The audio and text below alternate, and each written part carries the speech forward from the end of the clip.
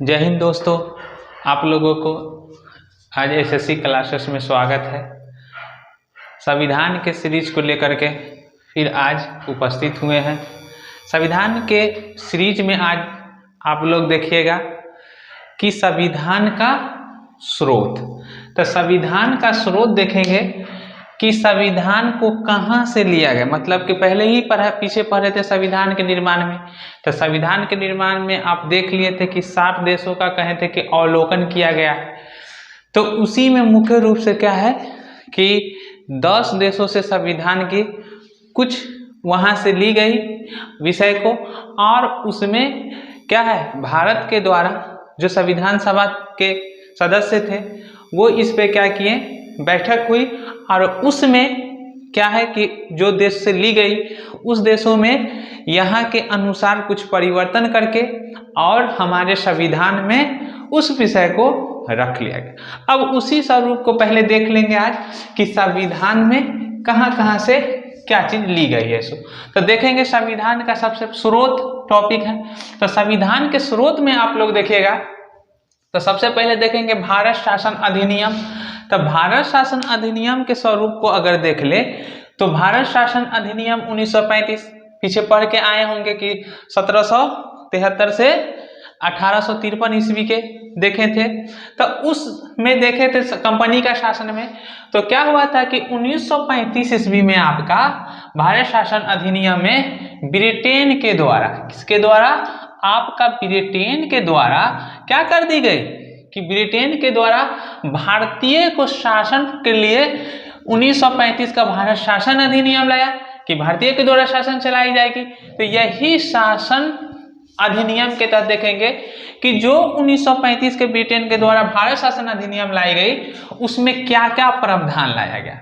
तो बाद में जब हमारा संविधान का निर्माण के लिए बैठक हुई और संविधान का निर्माण की प्रक्रिया चालू हुई, तो उसमें क्या हुआ कि डायरेक्ट 1935 का भारत शासन अधिनियम से 60% हिस्सा को ले ली गई।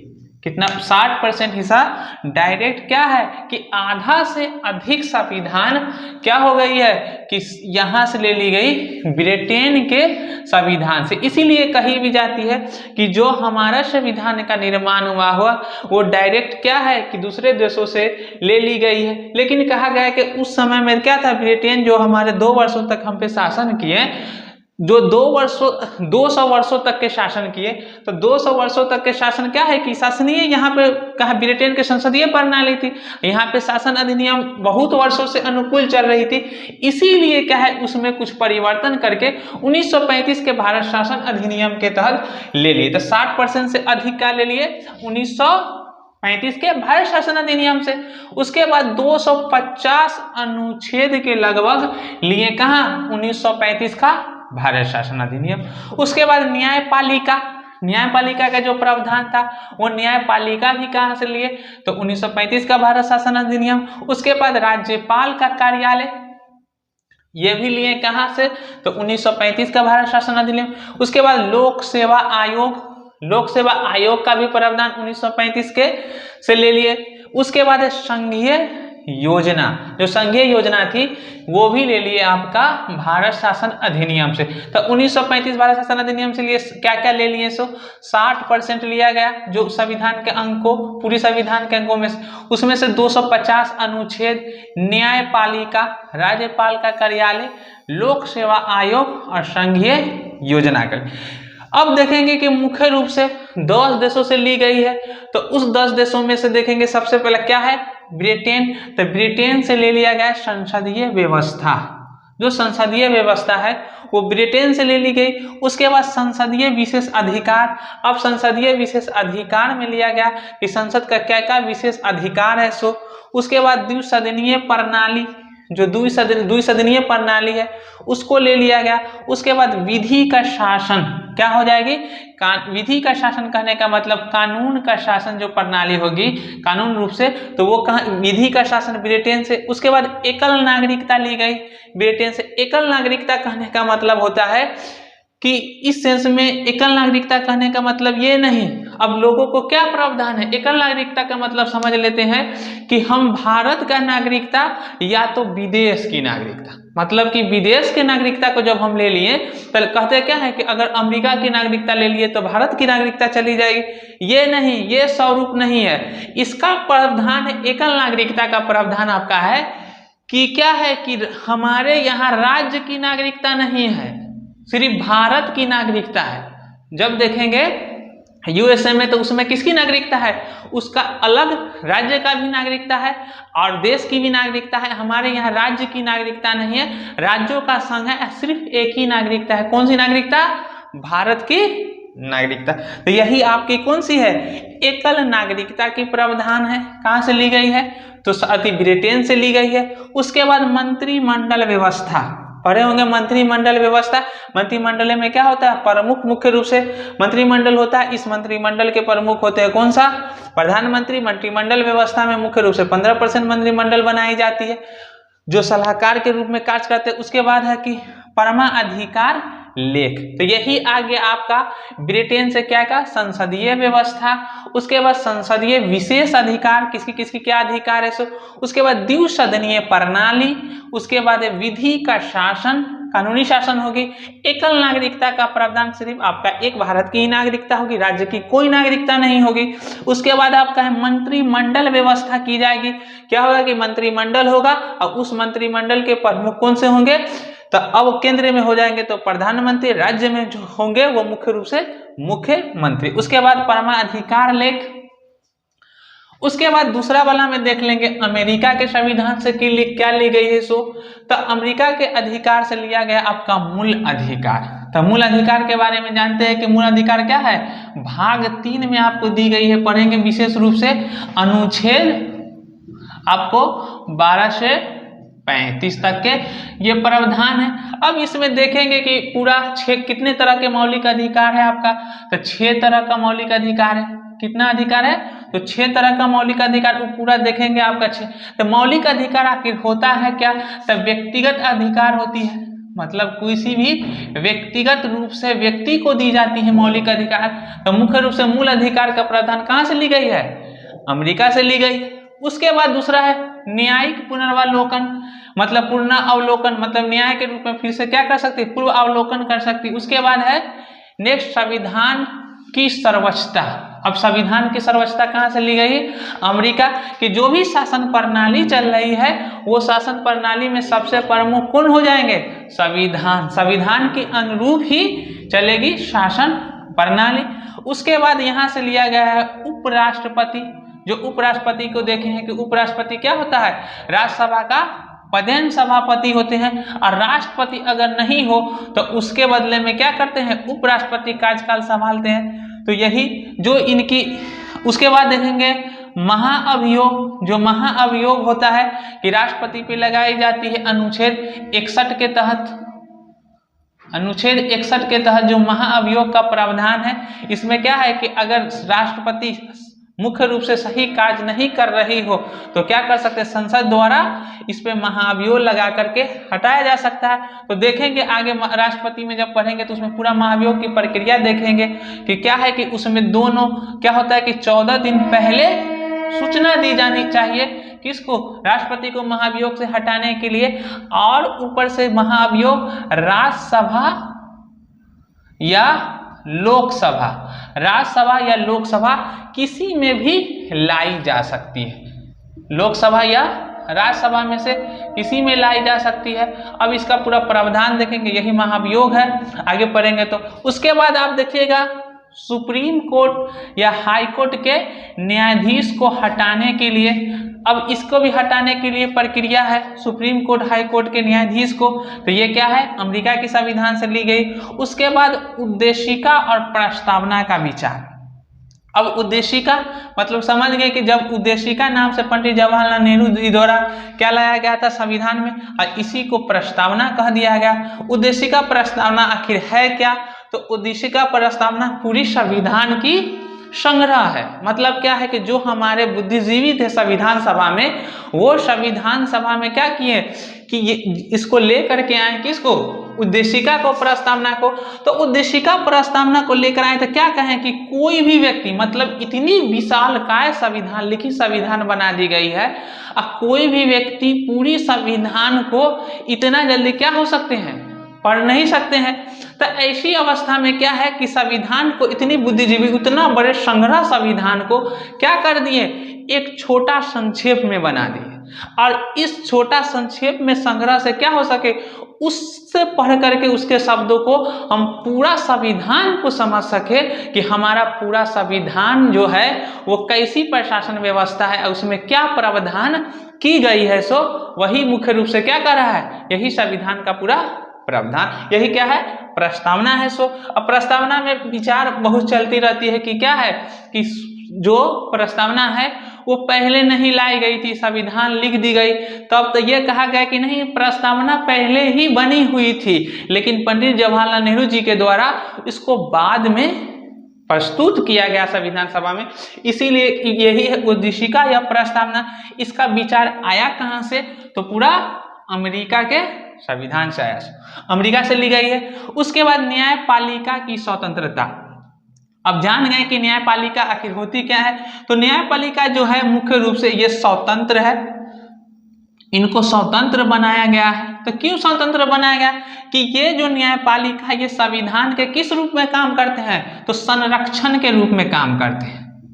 संरक्षण मतलब कि संविधान में जो मुख्य रूप से है, संविधान का सही रूप से जो संवैधानिक प्रावधान है, उस रूप से कार्यपालिका अगर इसको नहीं संचालित करती है संविधान के अनुसार, तो क्या कर सकते हैं, न्यायपालिका इस पे जांच कर सकती है, और न्यायपालिका क्या करते हैं, संविधान के संरक्षण, मतलब जो भी कानून एक्ट प्रावधान बनी है उसको खत्म कर सकती है, कौन, न्यायपालिका। इसीलिए न्यायपालिका को क्या बनाया गया, स्वतंत्र बनाया गया है। ये कहाँ से ली गई, अमेरिका से। तो एक बार देख लेंगे क्या क्या लिया गया है। सो अमेरिका से मूल अधिकार, उसके बाद न्यायिक पुनर्वलोकन, उसके बाद संविधान की सर्वोच्चता, उसके बाद आपका लिया गया है उपराष्ट्रपति, उसके बाद महाअभियोग और सुप्रीम कोर्ट हाई कोर्ट के न्यायाधीश को हटाने के लिए, उसके बाद उद्देशिका या प्रस्तावना का विचार, उसके बाद आपका लिया गया न्यायपालिका की स्वतंत्रता। अब देखेंगे तीसरा में कि मुख्य रूप से क्या है, कनाडा। कनाडा के देख लीजिएगा, तो कनाडा के संविधान से लिया गया संघात्मक व्यवस्था। कैसी व्यवस्था है, संघात्मक व्यवस्था है। उसके बाद लिया गया है शक्तियों का विभाजन।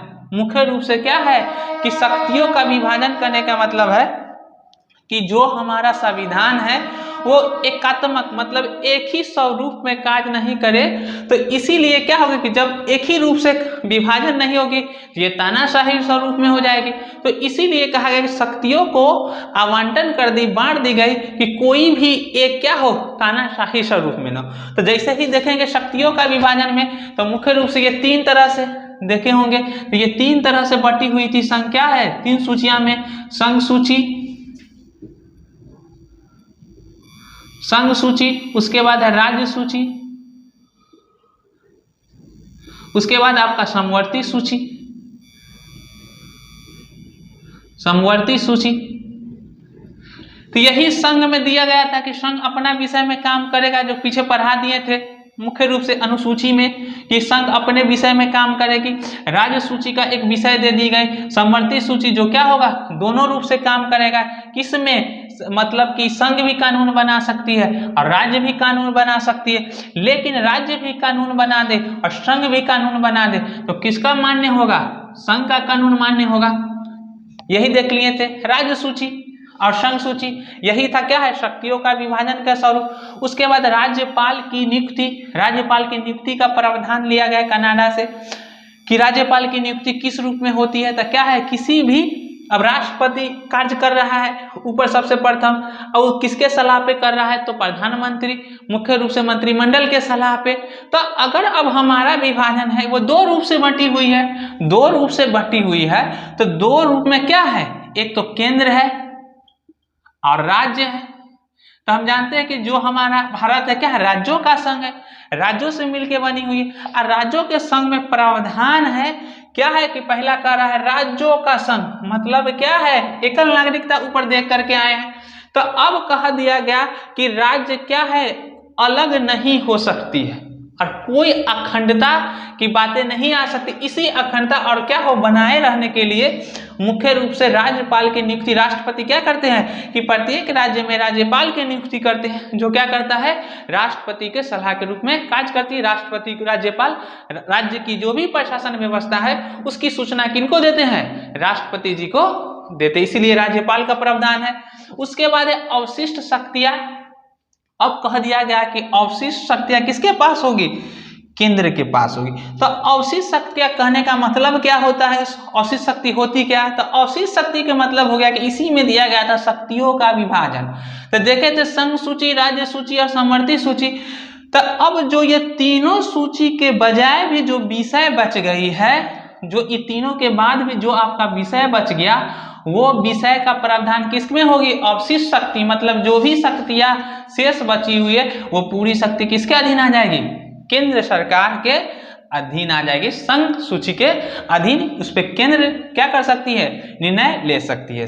वही है अवशिष्ट शक्तियां केंद्र के पास होगी। ये तो अब कनाडा से क्या क्या लिया गया, संघात्मक व्यवस्था, संघ है, शक्तियों का विभाजन का प्रावधान है, राज्यपाल की नियुक्ति ली गई है कनाडा से, अवशिष्ट शक्ति केंद्र के पास होगी, ये ली गई कहां से, कनाडा से। अब देखेंगे आप चौथा नंबर में आयरलैंड। आयरलैंड के संविधान से क्या लिया गया, तो आयरलैंड का संविधान से लिया गया है राज्य के नीति निर्देशक तत्व।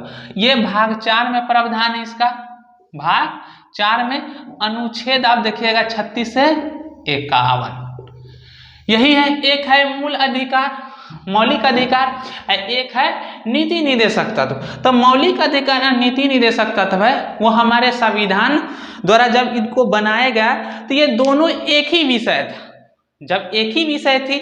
लेकिन जब संविधान का निर्माण हुआ तो उस समय में क्या था कि मेरे पास उतनी वित्तीय शक्ति अच्छी नहीं थी और प्रशासनिक शक्ति भी अच्छी नहीं थी। तो अब वित्तीय शक्ति सही नहीं होने के कारण और प्रशासनिक शक्ति सही नहीं होने के कारण क्या कर दी गई, इसको विभाजित कर दी गई। क्योंकि क्या है कि जो ये नीति राज्य के नीति निदेशक तत्व है ये वित्तीय शक्ति है, और जो हमारा मौलिक अधिकार है ये व्यक्तिगत शक्ति है, ये व्यक्ति को दी गई है मौलिक अधिकार। तो नीति निदेशक तत्व में क्या कहा गया कि मुख्य रूप से उस समय में कि वित्तीय शक्ति होगी। अब बाद में ये प्रावधान कर दी गई कि ये क्या हो जाएगा, राज्य सरकार के अधीन, मतलब कि राज्य सरकार जन कल्याण के रूप में क्या करेगी कि इसको इम्प्लीमेंट करेगी। लेकिन अगर इस राज्य के नीति निदेशक तत्व के तहत उसका कोई योजना का लाभ नहीं मिल पाता है तो ये क्या है, अबाध्य योग्य है, इसके लिए न्यायालय नहीं जा सकते। लेकिन मौलिक अधिकार आपका क्या था, व्यक्तिगत स्वतंत्रता थी। अगर आपकी व्यक्तिगत स्वतंत्रता का हनन होता है तो आप कहाँ जा सकते हैं, न्यायालय जा सकते हैं। यही है राज्य का नीति निदेशक तत्व, इसको डिटेल में आगे पढ़ेंगे। उसके बाद है राष्ट्रपति का निर्वाचन। अब राष्ट्रपति का जो निर्वाचन का प्रावधान है कि राष्ट्रपति का निर्वाचन किस तरह से होगी, निर्वाचन प्रक्रिया। तो अब जानना है कि गणतंत्र देश यही होगा जो निर्वाचित के रूप में चुनी जाएगी। निर्वाचन के द्वारा जनता सुप्रीम होगी, जनता चुन करके द्वारा आएंगे। तो यही राष्ट्रपति का निर्वाचन जानते हैं अप्रत्यक्ष रूप से होता है, सो आयरलैंड से लिया गया है। उसके बाद राज्यसभा के लिए सदस्यों का नामांकन। अब राज्यसभा के लिए सदस्यों का नामांकन कहाँ से लिया गया है, तो आयरलैंड के संविधान से ली गई है।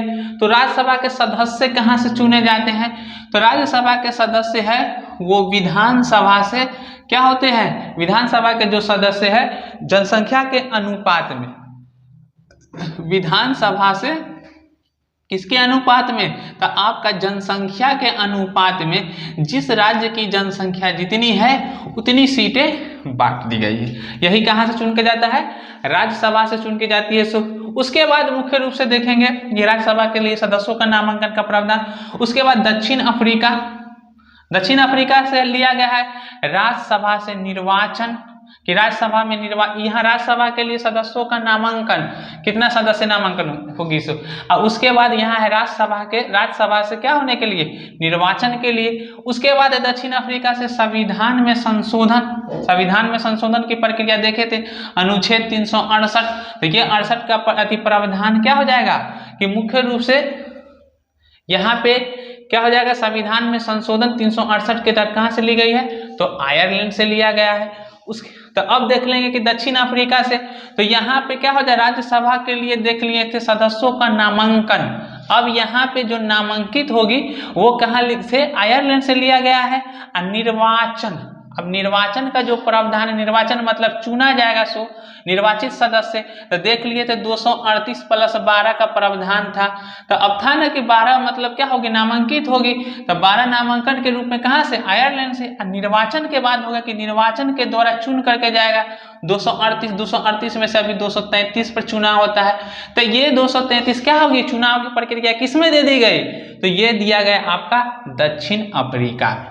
यही है दोनों में अंतर। उसके बाद है फ्रांस। फ्रांस से क्या लिया गया है, प्रस्तावना में गणतंत्र और स्वतंत्रता और समानता बंधुत्व का आदर्श, फ्रांस से आपको ले लिया गया। प्रस्तावना में क्या हो जाएगी, प्रस्तावना में हमको दिया गया गणतंत्र, गणतंत्र मतलब राष्ट्रपति, राष्ट्रीय गान, राष्ट्रीय ध्वज, ये सब अपनाई गई।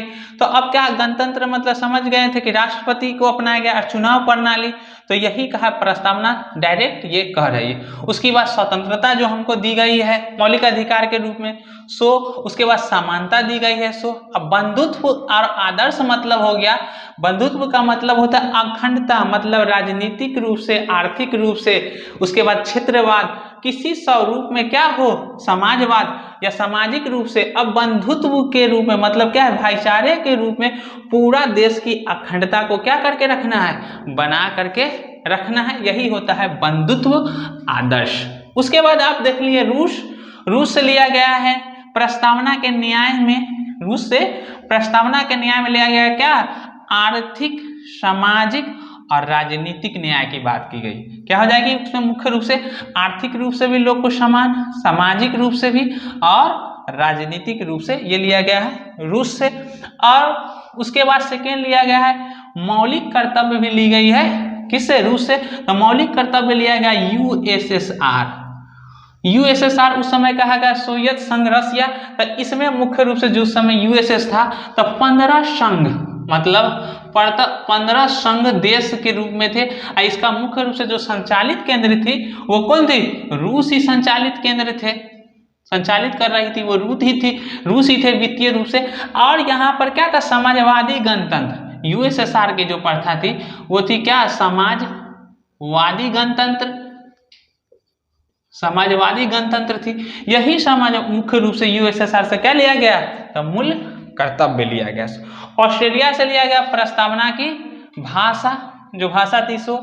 उसके बाद समवर्ती सूची, तो समवर्ती सूची के बारे में देख लिए थे। समवर्ती सूची क्या सूची होती है, दो में विभाजित होती है, एक केंद्र और राज्य। केंद्र और राज्य मतलब क्या है, ऐसा विषय जिसपे दोनों, जैसे स्वास्थ्य हो गया, शिक्षा हो गया, दोनों बना सकते हैं। केंद्र भी कानून बना सकती है, राज्य भी बना सकती है। लेकिन अगर केंद्र भी बना ले और राज्य भी बना ले तो ऐसे में क्या हो जाएगा, केंद्र की मान्य होगा, राज्य का स्वयं खत्म हो जाएगा। यही समवर्ती सूची ऑस्ट्रेलिया से। उसके बाद संयुक्त बैठक अधिवेशन।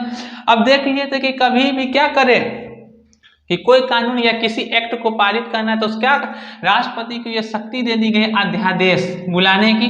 तो अध्यादेश का मतलब होता है कि अध्यादेश का प्रावधान है तो 123 अनुच्छेद कितना में, तो 123 में, अनुच्छेद 123 के तहत क्या हो सकती है, अध्यादेश बुलाई जा सकती है। किसमें, लोकसभा और राज्यसभा की संयुक्त बैठक। संयुक्त बैठक उसी को कहा जाता है कि अब लोकसभा और राज्यसभा को एक साथ बुलाई जाएगी राष्ट्रपति के निर्देश पर। और जो संयुक्त बैठक आया है उस संयुक्त बैठक के अध्यक्षता कौन करेंगे, तो लोकसभा का अध्यक्ष, लोकसभा का अध्यक्ष, यही है संयुक्त बैठक। उसके बाद आप देखिएगा तो नेक्स्ट, तो अब ऑस्ट्रेलिया से क्या क्या ले लिया गया, तो प्रस्तावना की भाषा, उसके बाद समवर्ती सूची, उसके बाद है संयुक्त बैठक और अधिवेशन। उसके बाद 9वां नंबर में देख लेंगे जर्मनी। तो जर्मनी से क्या लिया गया, आपातकाल का, मुख्य रूप से आपातकाल के समय ये। उसके बाद है मौलिक अधिकार का निलंबन। अब लिखा गया कि अब जर्मनी से क्या लिया गया, तो जर्मनी से ली गई आपका आपातकाल का समय और मौलिक अधिकार का निलंबन। मतलब कि जब आपातकाल लग जाती है, तो देखे थे राष्ट्रपति शासन में कि आपातकाल कितने तरह से लगाई जाती है, तो तीन तरह से आपातकाल लगाई जाती है। तो कौन कौन तीन तरह से, तो एक होता है 352, 356 और 360। अब यहाँ पे लगा दी गई आपात या बाहरी आक्रमण, इसके द्वारा ये आपका होता है 360 वित्तीय आपात, इस 352 राष्ट्रीय आपात, वित्तीय आपात लगा दी गई, और 356 राष्ट्रपति शासन। तो जब ये लग गया क्या है कि 352, 360, तो जब ये आपातकाल की घोषणा हो जाती है, तो इस समय में क्या हो जाता है, 352 बाहरी आक्रमण या वित्तीय आपात, इस समय में जो आपका मौलिक अधिकार दी गई है 6 तरफ से आपके व्यक्तिगत स्वतंत्रता, वो क्या हो जाते हैं, रद्द हो जाता है, खत्म कर दिया जाता है। लेकिन बाद में संशोधन करके क्या कर दिया गया कि अनुच्छेद 20 और अनुच्छेद 21 कहा कि जो मौलिक अधिकार में अनुच्छेद 12 से 35 तक के फंडामेंटल राइट्स है, उसमें से आपको सिर्फ अनुच्छेद 20, 21 रह जाएगी, बाकी सभी खत्म हो जाएंगे। लेकिन 356 लगाया जाएगा, तो 356 में क्या होता है, मौलिक अधिकार नहीं खत्म होती, राष्ट्रपति शासन होता है, क्योंकि 356 क्या है, कोई प्रांत में लगाया जाता है, कोई प्रांत या राज्य में। तो जर्मनी से क्या लिया गया, आपातकाल के समय मौलिक अधिकार का निलंबन। उसके बाद नीचे देखिएगा तो जापान 10वां, तो जापान से क्या लिया गया, विधि द्वारा स्थापित प्रक्रिया, मतलब कि जो भी प्रक्रिया है क्या है, कानूनी द्वारा, क्या द्वारा, कानून द्वारा स्थापित प्रक्रिया है। विधि द्वारा स्थापित प्रक्रिया कहां से ली गई, जापान से ली गई। यही आपका पूरा क्या है, 10 देशों से मुख्य रूप से क्या लिया गया है कि यही 10 देशों से आपका लिया गया क्या, तो संविधान का स्रोत ली गई। अब यहाँ पे देख लीजिएगा एक बार सरसरी से कि 1935 से 60% लिया गया, 1935 का भारत शासन अधिनियम, उसके 250 अनुच्छेद, न्यायपालिका, राज्यपाल का कार्यालय, उसके बाद लोक सेवा आयोग, संघीय आयोजन, ब्रिटेन से आपका लिया गया है संसदीय व्यवस्था, संसदीय विशेषाधिकार, उसके बाद है द्विसदनीय प्रणाली, विधि का शासन, एकल नागरिकता, मंत्रिमंडल व्यवस्था और परमाधिकार लेख ब्रिटेन से। उसके बाद अमेरिका से मूल अधिकार, न्यायिक पुनर्वलोकन, संविधान का सर्वोच्चता, उपराष्ट्रपति, महाअभियोग, सुप्रीम कोर्ट, हाई कोर्ट के न्यायाधीश को हटाने के लिए, उसके बाद हो गया आपका उद्देशिका प्रस्तावना का विचार, न्यायपालिका की स्वतंत्रता, ये आपका लिया गया अमेरिका के संविधान से। कनाडा से संघात्मक व्यवस्था, शक्तियों का विभाजन, राज्यपाल की नियुक्ति, उसके बाद अवशिष्ट शक्तियां केंद्र के पास होगी सो। उसके बाद आयरलैंड से आपका लिया गया राज्य का नीति निदेशक तत्व, राष्ट्रपति का निर्वाचन और राज्यसभा के लिए सदस्यों का नामांकन आयरलैंड से। उसके बाद दक्षिण अफ्रीका से लिया गया राज्यसभा से निर्वाचन, उसके बाद संविधान में संशोधन।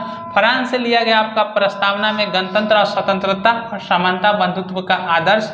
रूस से लिया गया न्याय के रूप से आर्थिक, सामाजिक और राजनीतिक न्यायिक प्रस्तावना से मूल कर्तव्य से आपको लिए। उसके बाद लिया गया मूल कर्तव्य यूएसएसआर से, जो यूएसएसआर में 15 सदस्य थे। उसके बाद ऑस्ट्रेलिया से लिया गया प्रस्तावना की भाषा, समवर्ती सूची, संयुक्त बैठक और अधिवेशन।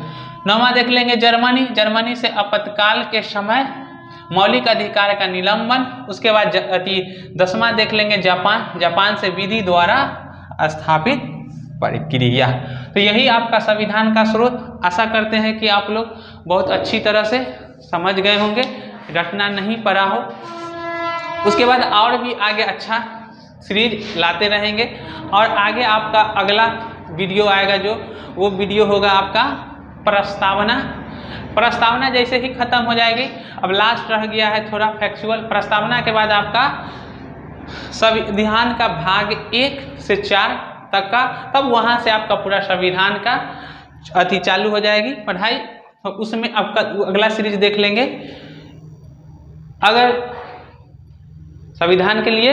और अच्छी तरह से पढ़ाई हुई है, जैसे इसमें पूरा आज संविधान का स्रोत देख लिए, तो इसको क्या करें, ज़्यादा से ज़्यादा लोगों के आप लोग शेयर करें और वीडियो को अगर सब्सक्राइब नहीं किए हैं तो सब्सक्राइब कर ले और बेल आइकन को दबा ले कि आपको वीडियो का नोटिफिकेशन मिल सके, जिसका क्या है कि अगला सीरीज आप आसानी से देख सके।